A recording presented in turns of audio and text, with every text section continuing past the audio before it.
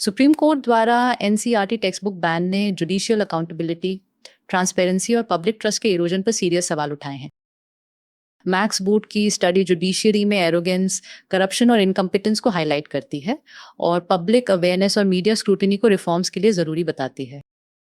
Supreme court ने selective corruption references का हवाला देते हुए ब्लैंकेट बैन लगाया और इसे जुडिशियरी की अथॉरिटी और डिग्निटी को अंडरमाइन करने वाला एजेंडा बताया।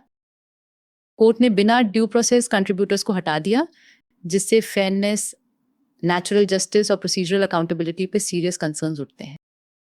बुक में case backlog, judicial corruption, Bangalore principles और जजेस को रिमूव करने के मैकेनिज्म्स डिस्कस किए गए थे। बुक बैन एक एक्सट्रीम सेंसरशिप है जो आर्टिकल 19 के फ्रीडम ऑफ स्पीच को इम्पैक्ट करता है, जिसे सिर्फ वैलिड लॉ के थ्रू रिस्ट्रिक्ट किया जा सकता है। जुडिशियल ऑर्डर्स आर्टिकल 19 के कॉन्टेक्स्ट में लॉ नहीं होते, इसलिए बैन की लीगल वैलिडिटी पर सवाल उठते हैं, जैसे मिराजकर केस में क्लैरिफाई हुआ।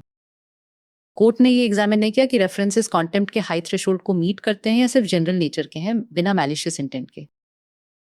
जब कोर्ट्स बुक्स बैन करते हैं, सिटीजन्स के पास रेमेडी नहीं बचता, क्योंकि वही फंडामेंटल राइट्स के फाइनल गार्डियंस होते हैं, जिससे डेमोक्रेटिक वैक्यूम क्रिएट होता है। केन्या जैसे एग्जाम्पल्स दिखाते हैं कि करप्शन को एक्सेप्ट करके रिफॉर्म्स लाने से पब्लिक ट्रस्ट और इंस्टीट्यूशनल क्रेडिबिलिटी सिग्निफिकेंटली इंप्रूव होती है।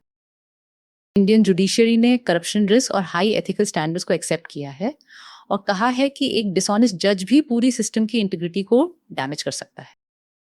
ट्रू रिफॉर्म के लिए क्रिटिसिज्म को एक्सेप्ट करना, सिस्टमैटिक इश्यूज को एक्नॉलेज करना और कंटिन्यूस इंट्रोस्पेक्शन जरूरी है, वरना डिसेंट सप्रेस करने से डेमोक्रेसी वीक होती है।